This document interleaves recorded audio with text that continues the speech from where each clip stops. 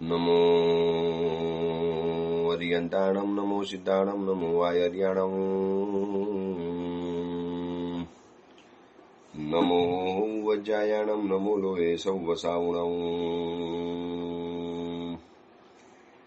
एषो पञ्च नमुकारो सौवपावपणासनो मङ्गलाहानं च सव्यसिंहमम वै मङ्गलम् मंगलम भगवान वीरो मंगलम गौतम प्रभु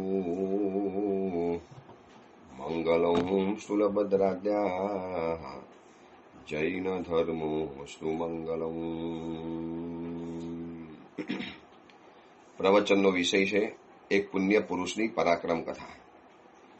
પ્રભુ વીરના સમયમાં બનેલી આ સત્ય ઘટના, સત્ય કથા, સાહસ કથા આવતી 24માં દેવ તીર્થકૃત નામે 22માં તીર્થંકર થનારા વીર પુરુષ અંબળ ક્ષત્રિયની આ કથા આવનારી 24માં સર્વશ્રેષ્ઠ વ્યક્તિત્વ ધારણ કરનારા તીર્થંકર પદવી અને એવા અંબળની આ જીવનની સાથે જો ટેલી કરીએ, ચલો આપણું જીવન તો છોડો, આપણે તો કયા ભાવમાં તીર્થંકર બનશું એ પણ ખબર નથી, તીર્થંકર બનશું કે નહીં બનશું એ પણ ખબર નથી. આ ભવચક્રની સૌથી વિશિષ્ટ પદવી, સર્વોચ્ચ પદવી, શ્રેષ્ઠ પદવી, મહાન પદવી, વિશ્વભરના બધા જ ગુણો, વિશ્વભરના બધું જ પુણ્ય, સમગ્ર વિશ્વનું બધું જ ઐશ્વર્ય જેમાં સમાવિષ્ટ બની જાય એવા તીર્થંકરપણું અને એવા તીર્થંકર બનવાનું કદાચ આપણા નસીબમાં લગભગ ના હોય તો કદાચ કેટલા ભવો પછી હોય એ ખબર નથી, પરંતુ એક બે ભવ પછી જે આત્મા તીર્થંકર બનવાનો છે, અત્યારે અંબર ક્ષત્રિય છે, પછી દેવલોકમાં જવાના અને પછી તીર્થંકર બનવાના, એટલે બે ભવ પછી જે આત્મા તીર્થંકર બનવાનો છે એ તીર્થંકરનો સર્વશ્રેષ્ઠ વ્યક્તિત્વને ધારણ કરનારો આત્મા. ઘણાને મનમાં એવા સવાલ થાય છે કે ગુરુદેવ, બે ભવ પછી જે તીર્થંકર બનવાના છે એને આ ભવની અંદરમાં આટલી બધી મુશ્કેલી, આટલી બધી દોડધામ, આટલી બધી સ્ટ્રગલ, આટલો બધો પુરુષાર્થ, આટલી બધી એને પૈસા મેળવવાની ઝંખના, દોડધામ કરવાની ઝંખના હોઈ શકે છે. હજી ચલો આ તો કદાચ બે ભવ પછી બનવાના છે, પણ જે એક જ ભવ પછી તીર્થંકર બનવાના છે એવા સૈનિક રાજાનો આત્મા, એવા રાવણનો આત્મા અને શ્રી કૃષ્ણ પરમાત્માનો આત્મા એ અત્યારે નરકની અંદરમાં પરમાધામીના માર ખાઈ રહેલા છે. વિચારી શકશો? આવનારા ભવની અંદરમાં વિશ્વ માતાના દેવી દેવતાઓ, 64 ઇન્દ્રો, ભવનપતિ, વ્યંતર, જ્યોતિષ, વૈમાનિક બધા જ દેવી દેવતાઓ જેમના ચરણોના સેવક બનવાના છે, જેમના ચરણોના દાસ બનવાના છે, અને એ પરમાધામી દેવતાઓના પાસેથી અત્યારે એ તીર્થંકરના આત્માઓ માર ખાઈ રહેલા છે નરકની અંદરમાં. કયા સમયની અંદરમાં કર્મ બંધાઈ ગયું અને શું ભોગવવું પડે એ હિસાબ આખો જુદો રહેલો છે. આ કથા આપણને આજ શીખવાડે છે. ખાલી કથા નથી સાંભળવી, કથાની પાછળની આપણા જીવનની વ્યથા, કથાની પાછળ છુપાયેલી એક સત્ય હકીકતો એ પણ આપણે જાણવી છે. કદાચ આ ભવની અંદરમાં કોઈક એવા આપણે કર્મ કે કોઈક એવા કર્મોના બંધન અથવા તો કોઈક એવા જીવનમાં ભૂલો કરતા આવીશું, ભોગવવાનું તો જીવનની અંદરમાં આવે છે. હવે એ અંબર ક્ષત્રિય ગોરખ યોગિનીનો બીજો આદેશ પ્રાપ્ત કરી હરિછત્ર દ્વીપમાં તો પહોંચી ગયા, આઇલેન્ડમાં પહોંચી પણ ગયા, કમલ કાંચન યોગીને મળવાનું પણ થઈ ગયું, અને યોગી એમને પોતાના એક શિષ્યની સાથે આખી એક માયાજાલ બિછાવેલી જેમાં અંબરને ખબર ન પડી. અંબર પોતે એમ માને છે કે હું સાવધાન છું, પણ અંબર સામેની વ્યક્તિઓને આટલા બધા દુષ્ટ હશે, આટલા બધા પ્રપંચી હશે, આટલી બધી માયાજાલ બિછાવી દેશે અને પોતાના આવતાની સાથે જ માયાજાલની અંદર બિછાવી દેશે એ અંબરને ખબર ન પડી. અંબર એ પણ ન સમજી શક્યા કે તમને કમલ કાંચન યોગી મળવા માટે આવ્યા છે, આ પણ એક માયાજાલનો ભાગ છે. એની દીકરી ત્યાં જે જંગલમાં રડતી હતી એ પણ એક માયાજાલનો ભાગ હતો, અને એ દીકરીની સમક્ષ જે કમલ કાંચન યોગીએ જે શબ્દો કીધા, આવા એક નહીં 1000 અંબર પણ ધરતી ઉપર અવતરી જાય, તને કોઈ હાથ પણ નહીં લગાડી શકે, એ મુખી ખાકે યહાં સે ચલા જાયેગા, માર ખાકે ચલા જાયેગા. આ પણ હતું એક માયાજાલ હતી, પ્રપંચ હતો, અને પોતાના શિષ્યની સાથે આશ્રમમાં મોકલ્યો. કાગી અને નાગી નામની બે સ્ત્રીઓએ જે આતિથ્ય સત્કાર કર્યો, આવ ભગત કરી, જે સ્નેહ બતાડ્યો, માતૃવ સ્નેહ બતાડ્યો, જે પ્રેમ વાત્સલ્ય બતાવ્યું, આ પ્રેમ વાત્સલ્યના જાળની અંદરમાં ભલભલી વ્યક્તિઓ થાપ ખાઈ જતી હોય છે. બહારથી સ્મિત હોય અને પાછળ કટાર છુપાયેલી હોય, ખબર નથી પડતી. એટલે એક વાત સમજી રાખજો, તમને જે પોલસન લગાવતા હોય, મસ્કા લગાવતા હોય, એના હાથની અંદરમાં હંમેશા છરી હોય છે. આ વાક્યને જરા શાંતિથી વિચારજો, જરા બહારથી ખબર નહીં પડે. જે પોલસન લગાવે છે, જે મસ્કા લગાવે છે, એના હાથની અંદરમાં છરી હોય છે. કારણ કે એ પોલસન અને મસ્કાને કાપવા માટે છરી તો હાથમાં જોઈએ, તો જ તમને લગાવી શકે.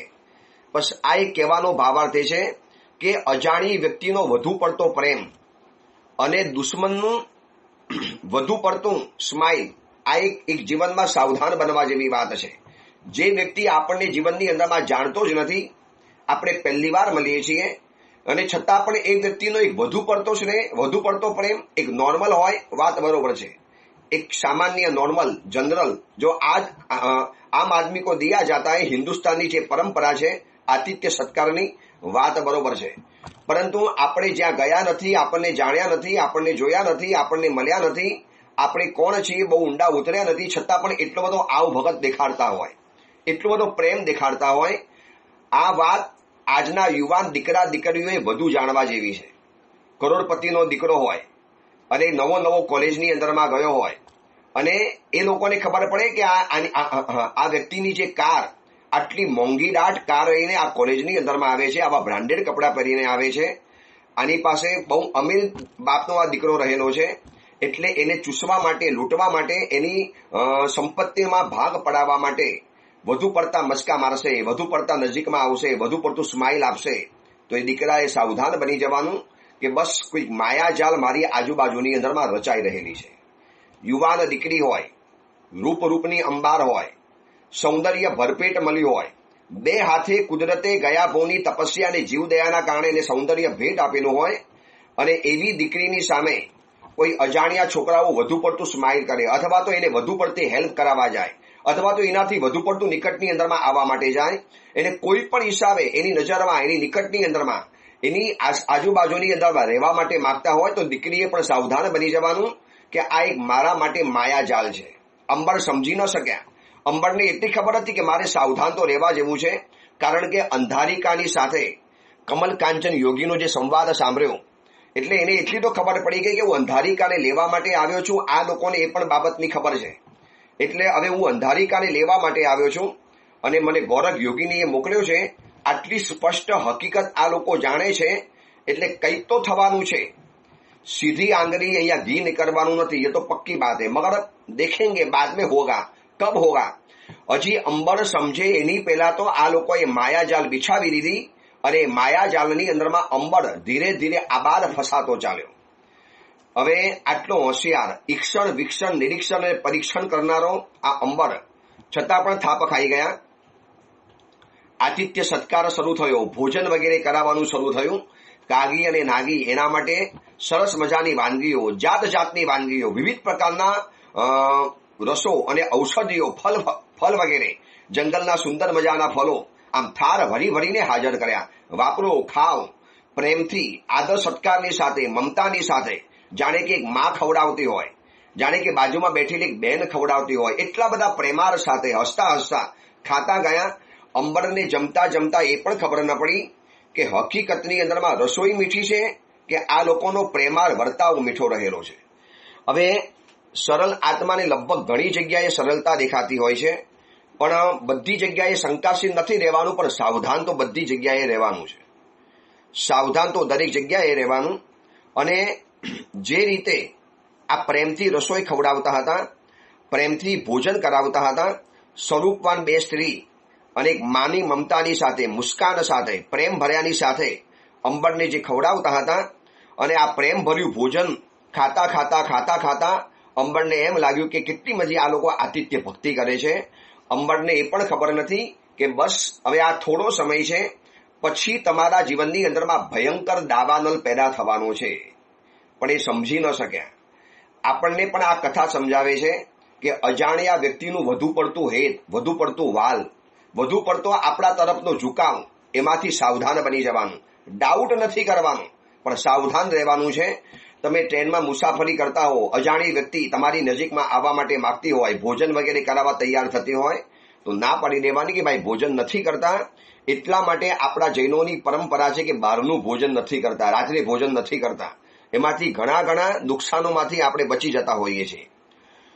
ભોજન વગેરે પ્રેમથી કરાવતા ગયા, હાસ્ય કિલ્લોલ સાથે કરાવતા ગયા, અને જમતા કાગી અને નાગીને ઘણી જિજ્ઞાસાઓ વ્યક્ત કરી. આશ્રમ ક્યારે બન્યો, કેટલા વર્ષો થયા, કમલ કાંચન યોગિનીની કુટીરમાં જવા ક્યારે મળશે, ક્યારે એમના દર્શન થશે, મારે એમની સાથે ઘણી વાતો કરવી છે, આ આશ્રમમાં બીજી બધી વ્યક્તિઓ કોણ છે, આ બધો ઉલ્લેખ જાણવા માટે માંગતા હતા. પરંતુ બધા જવાબો હાસ્ય અને મમતા દ્વારા એવા ઉડાડી દીધા. અંબરને લાગ્યું કે કાગી અને નાગી પણ સ્ત્રીઓ છે તો ચાલાક ચતુર છે, મારી વાતોનો જવાબ તો નથી આપતા, અને બીજી રીતે વાતોની અંદરમાં આગળ ચડાવતા જાય છે. ભોજન વગેરે પત્યું, પાણી વગેરે પતી ગયું, આચમન વગેરે પતી ગયું, હસ્ત ધુવન વગેરે પતી ગયું. હવે જે લાવેલી જે પરાર, જૂના સમયની અંદરમાં કોઈ જંગલોની અંદરમાં કે આશ્રમોની અંદરમાં થારી વાડકા નતા, પરાર હોય, મોટા પાંદડા, એ મોટા લીવ્સને એક એવી રીતે બાંધીને એવી રીતે ગોઠવીને જંગલના રેસાઓમાંથી કે એમાંથી થારી અને વાડકા પણ બની જાય. હજી પણ કોક જગ્યાએ આવું જોવા માટે મળે છે, પરાર. હવે એ બધા ભોજન વગેરે પતી ગયા. કાગી અને નાગી એ લોકોના ભોજનો લઈને પણ જાય છે, પણ એ વખતે એ લોકોનું જે મરમારું સ્મિત, પરસ્પર એકબીજાને આંખના કરતા ઈશારા, આ બધું અંબર જોતો હતો. પણ અંબરને એમ કે હવે સ્ત્રી છે, આ સ્ત્રીઓનું નેચર હોય, સ્ત્રીઓનો સ્વભાવ હોય, સ્ત્રીઓની સહજ વૃત્તિ હોય કે આવા બધા ચેનચારા અને હાવભાવ એ લોકોના ચાલ્યા કરે. પણ અંબર સમજી ન શક્યો કે આની પાછળ એક ગંભીર રહસ્ય છે. આની પાછળ એ લોકોનું એક મરમારું સ્મિત, અને એની પાછળ એ લોકોએ જે દાવ ખેલ્યો છે તારી સાથે, એ એટલો બધો સફળ બની ગયો છે. બસ એની ખુશાલીમાં બંને જણા એકબીજાને મરમારું સ્મિત કરી રહેલા છે. અને જતા કહે છે, કોઈ પણ કામકાજ તો જણાવજો, ચિંતા નહીં કરતા, કાંઈ પણ તકલીફ થાય અમને જરા યાદ કરી લેજો. જોકે આ આશ્રમમાં કોઈને તકલીફ અમે પહોંચવા દેતા નથી, તમે તો અમારા માન બનતા અતિથિ છો. ગોરખ યોગિનીએ જ્યારે તમને અહીંયા મોકલ્યા છે, તમે અમારા માન બનતા મહેમાન રહેલા છો, કોઈ ચિંતા નહીં કરતા. પણ કાંઈ પણ તકલીફ પડે, કંઈ પણ થાય ને, બસ ખાલી એકવાર યાદ કરી લેજો. બસ અમે કલાક પછી અમે આપની ખબર કરવા માટે આવીશું. હવે સુખેથી આરામ કરો. ભોજન વગેરે પતી ગયું, હવે સંધ્યાનું ભોજન અમે તમારી પાસે લઈને આવીશું. પણ માતાજી ઉભા રહો તો ખરા, મારે યોગીરાજને ક્યારે મળવાનું, કેવી રીતે મળવાનું? મળશે, યોગીરાજ તમને સમય આપશે. એમની સાધનામાંથી બહાર આવવા દો. છેક તમને આવકારવા માટે આટલે સુધી આવ્યા, એ પણ યોગીરાજે તમારું આતિથ્ય કર્યું કહેવાય. બાકી આટલા મોટા મહાન યોગીરાજ તમને છેક લેવા માટે આવ્યા. મળશે ને આપને, કોઈ ચિંતા નથી. ફરીને એને અંધારિકા માટે જાણવું હતું. અંધારિકા કોણ છે, ક્યાં રહે છે, પણ એનો તો કોઈ કહેતા કોઈ ઉલ્લેખ નહીં. અને ભોજન વગેરે પતી ગયા પછી જે રીતે જતી વખતે પણ આ બંને સ્ત્રીઓના જે મોઢા ઉપરના હાવભાવ, એક પરસ્પર એકબીજાને સંકેત, અને જે રીતે અંબરના શરીર ઉપર એ લોકોની નજર ફરતી હતી વિચિત્ર રીતે, અને ત્યાં અંબરને પહેલી શંકાનો એક કીડો મનમાં સરવર્યો કે કંઈક છે ખરું આ લોકોનું. બોલતા નથી, પરંતુ કંઈક છે, મારે સાવધાન તો રહેવું જ પડશે. મારે અહીંયા ગાફેલ રહેવાથી કામ નહીં ચાલે. હું કદાચ દુશ્મનોના ઘરમાં છું કે મિત્રના ઘરમાં છું ખબર નથી. આ લોકોનો પ્રેમાળ વર્તાવ તો એમ લાગે કે જાણે મારા મિત્રો રહેલા છે. પણ એમને એટલી તો ખબર છે કે હું શેના માટે અહીંયા આવેલો છું. અને કમલ કાંચન યોગિનીના બોલવા ઉપરથી ખબર તો પડી ગઈ, એટલે કાગી અને નાગી પણ જાણતા તો હશે જ કે હું શેના માટે આવ્યો છું. અને આ બધા કહીને ગયા, અને દરવાજો જેવો બંધ થઈ ગયો. અને બહાર જતી વખતે પણ જે રીતે એ બંને જણાનું એક વિચિત્ર પ્રકારનું અટ્ટહાસ જાણવા માટે મળ્યું. હજી એ બધા ઉપર વિચાર કરે એની પહેલા અંબરના શરીરની અંદરમાં કંઈક વિચિત્ર પ્રકારના ફેરફારો થવા માંડ્યા. માથું ભમવા માંડ્યું, આંખોની અંદરમાં કંઈક અલગ પ્રકારનું ઘેન ઊભું થવા માંડ્યું, શરીરની અંદરમાં કંઈક વિચિત્ર પ્રકારનું અંદરમાંથી કંઈક ઘબસાણ થવા માંડ્યું. અંબર વિચારે કે આવું જિંદગીમાં ક્યારેય પણ નથી થયું. આ ભોજન લીધા પછી આવું થયું. શું આ ભોજનમાં કંઈક તકલીફ હતી? શું ભોજનમાં આ લોકોએ ઘેન નાખ્યું છે? શું મને સુવાડીને કંઈક કરાવવા માટે માગે છે?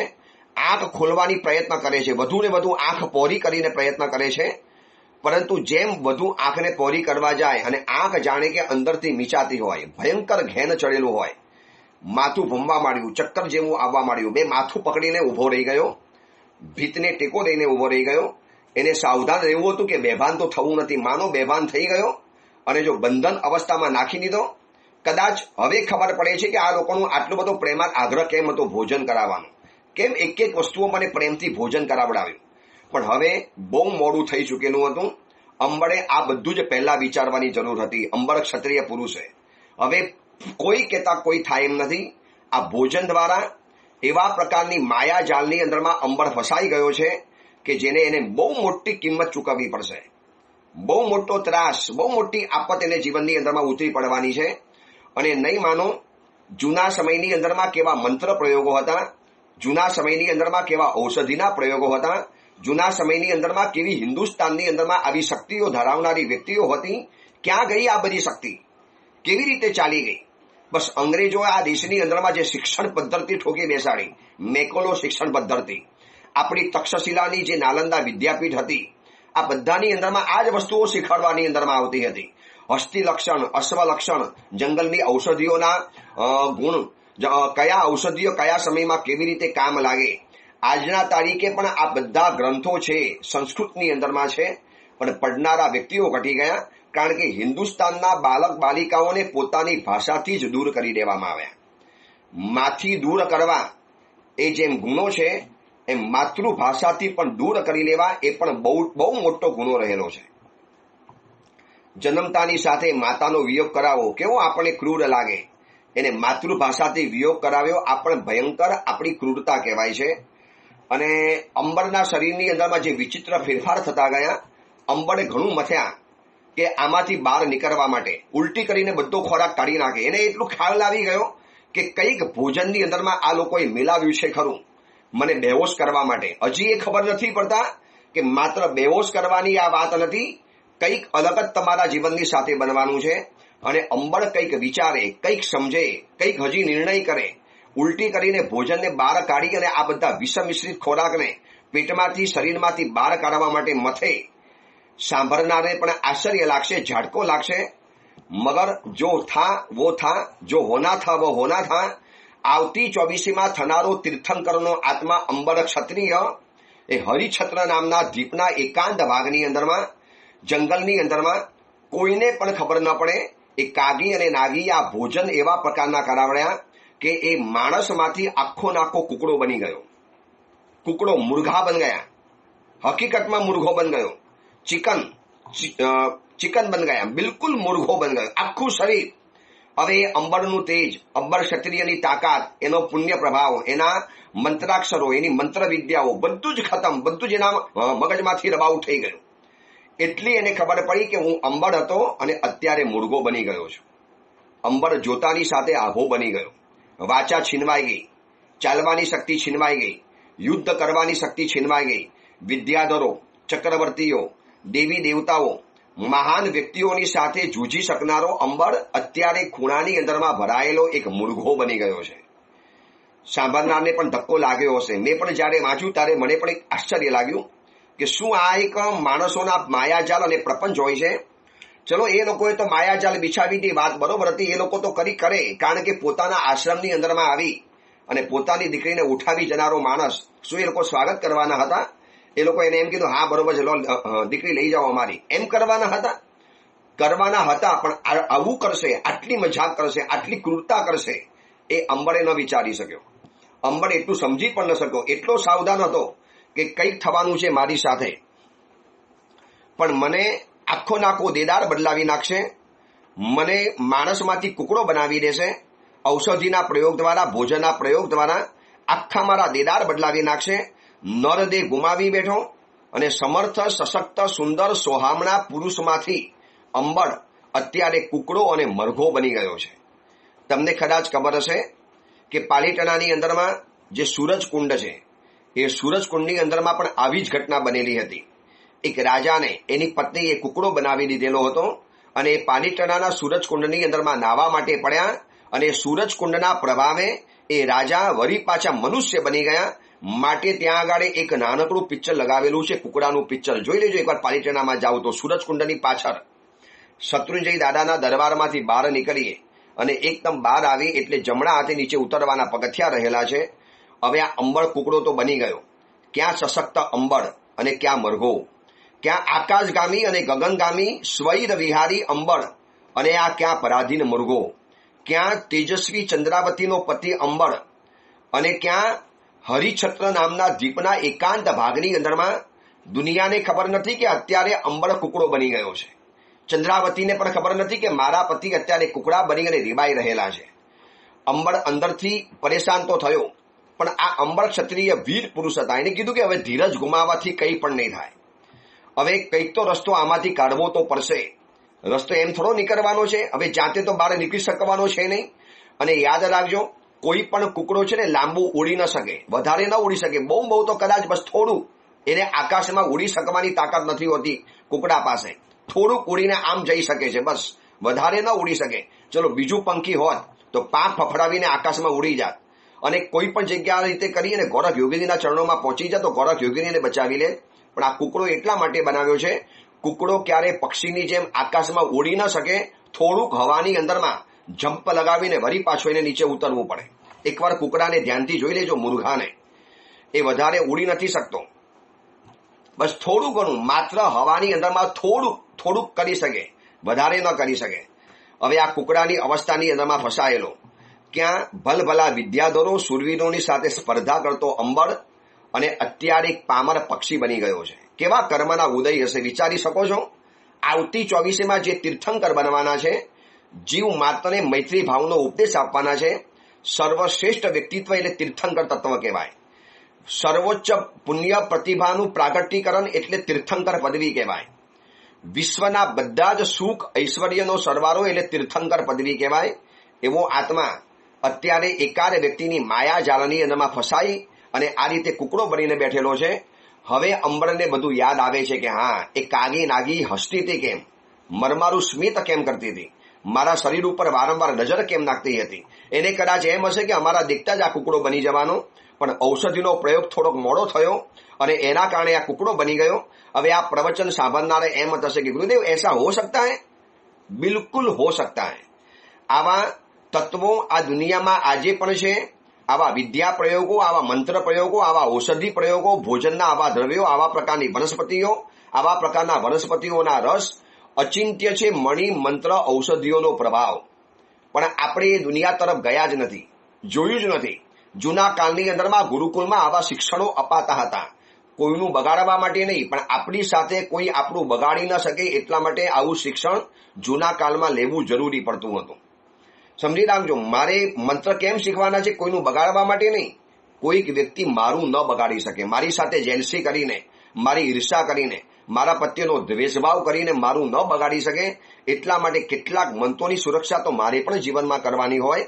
એટલા જ માટે મેં તમને આગળના પ્રવચનોમાં બતાવેલું હતું કે એકાદ મંત્રની સુરક્ષા જીવનમાં કરો, વરના આવી કોઈ ઈર્ષાળુ વ્યક્તિ કોઈક આવી મૂઠ મારી લે, કોઈ આવો કારો જાદુ કરી લે, કોઈક એવો ખોટો પ્રયોગ કરી લે આપણી ઉપર, તો શરીર તો ખતમ થઈ જવાનું. મૂઠ મારવાના કારણે જિંદગીના બધા સત્વ તત્વ હીર ચૂસાઈ જવાના, તમારી બધી શક્તિઓ નીચે વહી જવાની. આવા પ્રયોગો વર્તમાન સમયની અંદરમાં મહાત્માઓ ઉપર પણ થયા છે અને વિશિષ્ટ પ્રવચનકાર, મહાપુણ્યશાળી, મહાપ્રતિભાવંત મહાત્મા કાં શરીરથી ખતમ થઈ ગયા અથવા તો વિશ્વમાંથી વિદાય પામી ગયા.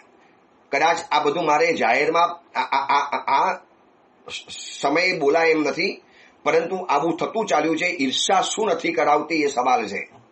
હવે નરદેહ ગુમાવી અને ટોટલ પરાધીન એવો મુર્ગો બની ગયો છે અંબર. હવે એના માટે ધીરજ ધરવા સિવાય કોઈ રસ્તો નથી, સમય પસાર કરવા સિવાય કોઈ રસ્તો નથી. હવે અત્યારે એની પાસે એકાદ અનુકૂળ પરિસ્થિતિની રાહ જોવા સિવાય કોઈ કહેતા કોઈ રસ્તો નથી. ગમે એટલા ધમપછાડા કરશે, માથું પટકશે. હવે આખી જીવાદોરી એની હાથમાં છે. કાગી નાગી સ્ત્રી અને આ બધાનો મુખ્ય દોરી સંચાર કરનારા સૂત્રધાર છે કમલ કાંચન યોગી. કમલ કાંચન યોગીએ જ આખી માયાજાલ બિછાવેલી. પણ હવે માયાજાલમાં પોતે જ ફસાઈ ગયો, પોતે જ એનો એક ભાગ બની ગયો. સાવધાન હોવા છતાં પ્રતિપલ સાવધાન હતો કે ભાઈ દુશ્મનના કે મિત્રના ઘરમાં જઉં છું, સાવધાન તો રહેવું જ પડશે. પણ આવું કરશે, આવો પહેલો ઘા ખેલી લેશે અને પહેલો ઘા પરમેશ્વરનો આવો મારી દેશે, એ તો ખબર પણ નથી. હવે આમ વિચારીએ ને તો આપણને કેટલી વિચિત્ર પરિસ્થિતિ લાગે કે આ અંબરનું સુંદર શરીર, તેજસ્વી વદન, એક રૂપનો અંબાર અને સાત્વિકતાનો શિરોમણી એવો અંબર, અને અત્યારે માત્ર એક મરઘો બનીને બેઠેલો છે, વિચિત્ર પ્રકારનો મુરઘો. અવાજમાંથી કુકડે કુક અવાજ આવે, બોલવાની વાચા છીનવાઈ જાય. કેવી વિદ્યાઓનો વિશારદ છે. આકાશ ગામીની વિદ્યા છે, સ્વૈર વિહાણીની વિદ્યા છે, અને ચંદ્રાવતી પાસેથી પણ મળેલી કેટલીક વિદ્યાઓ છે. અને ચંદ્રાવતી જેવી સુંદર સ્ત્રીઓનો પતિ, આટલા અઢળક વૃદ્ધિ સમૃદ્ધિનો માલિક, બધી જ સમૃદ્ધિ સાઈડની અંદરમાં રહી ગઈ. માટે એકવાર જીવનમાં યાદ રાખજો, આ કથા આપણને જીવનના કેટલાક સિદ્ધાંતો શીખવાડે છે. કોઈ પણ સ્થિતિને સ્થિર અને શાશ્વત ન માની લેવી. આજે જે પણ સ્થિતિ મારી પાસે તમારી પાસે છે એને કાયમી સ્થિર નહીં માની લેતા, પ્લીઝ મહેરબાની કરીને. વરના આવતીકાલે આ સ્થિતિ જ્યારે બદલાશે, જ્યારે એમાં ફેરફાર આવશે, જ્યારે એમાં પરિવર્તન આવશે, અને પરિવર્તનને જો આપણે સ્વીકારવા તૈયાર નહીં હોઈએ તો એટલી બધી અકરામણ, એટલી બધી ભયંકર વિબામણ, એટલું બધું આર્ત ધ્યાન, ત્રાસ, અસમાધિ જીવનમાં થવાની. એટલે ફરીવાર આ કથા એક જીવનનો સિદ્ધાંત શીખવાડે છે. કોઈ પણ સ્થિતિને સ્થિર અને શાશ્વત માની લેવાની ભૂલ નેવર ક્યારે પણ નહીં કરતા. આજે કરોડપતિ છું, આવતીકાલે રોડપતિ બની શકું છું. આજે રૂપની અંબાર છું, આવતીકાલે મારો ચહેરો કદરૂપો બની શકે છે, અને કોઈ મારી સામે જોવા પણ તૈયાર નહીં થાય. એક અરીસાએ પોતાની આત્મકથામાં લખ્યું છે, જબ મેં આયના થા તબ લોગ મુझे દેખ દેખ કર જાતે થે. હું જ્યારે અરીસો હતો ત્યારે લોકો મને જોઈ જોઈને જતા હતા. હવે જ્યારે ટુકડા ટુકડામાં વહેંચાઈ ગયો ત્યારે લોકો બચી બચીને જાય છે. મેરે સે બચકર જાતે હૈ. પેલા લોકો મારામાં જોઈને જતા હતા, કેવો દેખાવું છું, કેવી દેખાવું છું, કેવો દેખાવું છું, આવું મારી સમક્ષ લોકો જોયા કરતા હતા, મારી નજીકમાં આવતા હતા. અને હવે હું જેવો ટુકડા ટુકડામાં વહેંચાઈ ગયો, ખંડ ખંડ હો ગયા, લોગ મેરે સે બચકર જાતે હૈ. ક્યાં લોકો જોવા માટે આવતા હતા, અને હવે દૂરથી, એ ભાઈ કાચ ગીરે, બચકે જના, દૂર રહેના, આયનો કે હું એ જ છું. તમે જે મારી સામે જોવા માટે આવતા હતા, મને જોઈ જોઈને ખુશ થતા હતા, એ આયનો હતો, વાત બરોબર છે. હવે શું થયું ખબર છે? આયનાની પરિસ્થિતિ બદલાઈ ગઈ. હવે જ્યારે ટુકડામાં વહેંચાઈ ગયો, જે પણ શક્તિ, જે પણ પ્રભાવ, જે પણ પ્રતિભા, જે પણ સત્તા, જે પણ સંપત્તિના કારણે લોકો આજે આપણને મળે છે, પણ યાદ રાખજો, લોકો માન આપે છે સમય અને સ્થિતિને, અને માણસ માની લે છે કે જાણે મને પોતાને માન મળી રહેલું છે. નો, એવું નથી. તમને જે માન મળે છે ને તમારી સ્થિતિ અને તમારા પ્રભાવને મળે છે, તમારા સમયને મળે છે. દોસ્ત, એ સમય જ્યારે વીતી જશે, સ્થિતિ જ્યારે ચાલી જવાની, ત્યારે કોઈ સામે જોવા પણ નથી આવવાનું. એ જ આયનો હતો, લોકો જોઈ જોઈને જતા હતા. આજે એ જ આયનો છે, લોક બચકર કર જાતે હૈ. લોકો બચી બચીને જાય છે. દૂરથી નમસ્કાર, દૂરથી સલામ, કારણ કે આયનો તૂટી ગયો છે. હવે કાચમાં પગમાં કાચ વાગશે તો, લોહી લુહાણ કાઢશે તો, ભાઈ દૂર ચાલ્યા જાવ, દૂરથી નમસ્કાર, આપણે જોવો જ નથી એની સામે. એટલે આજે જે પણ સ્થિતિ છે એને કાયમી સ્થિર કે શાશ્વત માનવાની ભૂલ નહીં કરો. ગમે તારે હર ઘડીએ પરિવર્તનને સ્વીકારવા તૈયાર રહો. નથી સ્વીકારી શકતા. આજે સરસ મજાની જોબ છે, આવતીકાલે માલિક કાઢી મૂકશે, ત્યારે જોબ વગરના બનવાનો વારો આવશે. શું એ સ્થિતિને આપણે સહન કરી શકીશું? આજે પરિવાર છે, આવતીકાલે પરિવાર વગર રહેવું પડશે, સ્થિતિને સહન કરી શકીશું? આજે હું સાધુ જીવનમાં છું, મારી પાસે પ્રવચનની તાકાત છે, બોલી શકું છું, લોકો મારી પાસે આવે છે, મળવા માટે આવે, વંદન કરવા માટે આવે, પ્રવચનોમાં 1000-1200 માણસોની ભીડ ઉમટતી જાય, આટલા બધા લોકો ઓડિયો પ્રવચન સાંભળે, હજારો લાખો લોકો પ્રવચનો સાંભળે. આ સ્થિતિ કાયમી નથી, એ સમજીને મારે ચાલવાનું છે. જે આજે જે પૂવણને દીઠા તે અવરણને ન દિશંતી. વૈરાગ્ય શતકની અંદરમાં લખ્યું છે, જે બપોરે દેખાય છે એ સાંજે નથી હોતું, જે પૂવણને દીઠા તે અવરણને ન દિશંતી. જે સ્થિતિ અત્યારે છે એ સાંજે નહીં હોય, એ સ્થિતિ સ્થિર નથી, એ સ્થિતિ શાશ્વત નથી. તો સ્થિતિના સમયની અંદરમાં જે પણ કરવું હોય કરી લેવાનું. આવતીકાલે સ્થિતિ જ્યારે પરિસ્થિતિ બની જવાની, બદલાઈ જવાની, ત્યારે પછી આપણે સાવધાન પણ બનવા જેવું છે. જો અંબરની સ્થિતિ અત્યારે કેટલી બધી બદલાઈ ગઈ છે, કેટલી બદલાઈ ગઈ. આખું શીર્ષાસન, ક્યાં મનુષ્યનો દેહ અને ક્યાં કુકડો, ક્યાં આકાશની અંદરમાં ઉડનારો અંબર, અને ક્યાં અત્યારે ધરતીના ખૂણાની અંદરમાં ફસાઈ ગયેલો અંબર, ક્યાં વિદ્યાઓનો વિશારદ, અને બધી જ વિદ્યાઓ લુપ્ત બની. માણસની ભાષા પણ ભય ગયો, બોલી પણ નથી શકતો. કોને પોતાનું વાચા કે, કોને કહી શકે? કદાચ બીજું પંખી હોત તો ઉડીને આકાશમાં જઈ શકે, પણ મુર્ગો બની ગયો. ઉડવાની તાકાત પણ છીનવાઈ ગઈ. થોડું ઘણું ઉડ્ડયન કદાચ થોડું ઘણું કરી શકે, વધારે કદાચ 1 ફૂટ આકાશમાં ઉડી શકે. એ તો ગમે ત્યારે આ લોકો પકડી પાડે અને ડોક મરડીને ખતમ કરી નાખે. હવે એના પ્રાણ આ લોકોના હાથમાં છે. ડોક મરડી પણ શકે છે, મારી પણ શકે છે, ભૂખ્યો પણ રાખશે, તરસ્યો પણ રાખશે. ભયંકર ત્રાસ ગુજારવાના છે આની ઉપર, ભયંકર ત્રાસ. એક નાનકડી ભૂલની સજા બહુ મોટી ભોગવવાની અંદરમાં આવશે. કોણ બહાર કાઢશે અંબરને આમાંથી? કેવી રીતે બચશે? આ અંબર વીર પુરુષ નીકળવાના તો છે, એ તો નક્કી જ છે, પરંતુ કેટલી વિચિત્ર અને કારમી પરિસ્થિતિમાંથી બહાર નીકળવાનું આવશે. એટલે આ જીવનનો સિદ્ધાંત યાદ રાખજો કે જે સ્થિતિ આજે છે એ સ્થિતિ આવતીકાલે નથી રહેવાની, એ સમજીને જીવનની અંદરમાં આગળ વધવાનું. દરેક પરિસ્થિતિ ઉપર ભરોસો કરવા જેવો નથી. બધું સારાવાના આજે છે, આવતીકાલે નથી, એ સમજીને ચાલવાનું. આજે શ્રીમંત છું, આવતીકાલે શ્રીમંત ન પણ રહી શકું. આજે સંપન્ન છું, આવતીકાલે સંપન્ન ન પણ રહી શકું. આજે ઘર છે પોતાનું, આવતીકાલે બેઘર પણ બનવાનો વારો આવે. જોઈ લો આ વરસાદના સમયની અંદરમાં જ્યાં જ્યાં પાણીના પૂર આવ્યા હશે, જ્યાં પાણીના પૂર ફરી વળ્યા હશે, લોકોના ઘર તૂટી ગયા, ઘર વખરીઓ તણાઈ ગઈ, લોકોની વસ્તુઓ ચાલી ગઈ, કેટલાય બેઘર બની ગયા, કેટલાય લોકોના જીવનની અંદરમાં મહેનત કરીને મેળવેલું મકાન કદાચ જમીનદોસ્ત બની ગયું હશે. કારણ કે સ્થિતિ ક્યારે સ્થિર નથી અને શાશ્વત નથી. સ્થિતિ ક્યારે કાયમી રહેવાની પણ નથી. હવે આ અંબર પરિસ્થિતિમાં ફસાયેલો છે, મરઘો બની અને અંદરમાં ફસાયેલો છે, અને આ લોકો બહાર બેઠા બેઠા હસે છે, તાલીઓ પાડે છે, અટ્ટહાસ કરે છે. હવે શું આવવાનું છે અને કેવી રીતે બચી શકે છે? બચતા પહેલા કેવો ત્રાસ જીવનમાં સહન કરવો પડે છે અને કેટલી મોટી કિંમત ચૂકવવી પડે છે. સાહસ કરવા માટે નીકળો ત્યારે આવું પણ બની શકે છે, પણ સાહસને ક્યારે રોકવાનું પણ નથી. અંબર બહુ સમજદાર છે, બહુ ગંભીર છે. એ સમજી ગયો છે કે હવે આમાંથી મારે બહાર નીકળવાનો રસ્તો મળશે ખરો, ત્યાં સુધી મારે પરિસ્થિતિ સાચવી લેવાની છે. બસ એ પરિસ્થિતિને સાચવીને એ જ વિવેકી પુરુષ ગણાય. એની વાત આપણે આવતીકાલે કરીશું. એ જ મંગલ કામના, મંગલ ભાવના. જીનાજ્ઞા વિરુદ્ધ કાંઈ પણ બોલાયું હોય તો મિચ્છામી દુક્કડમ.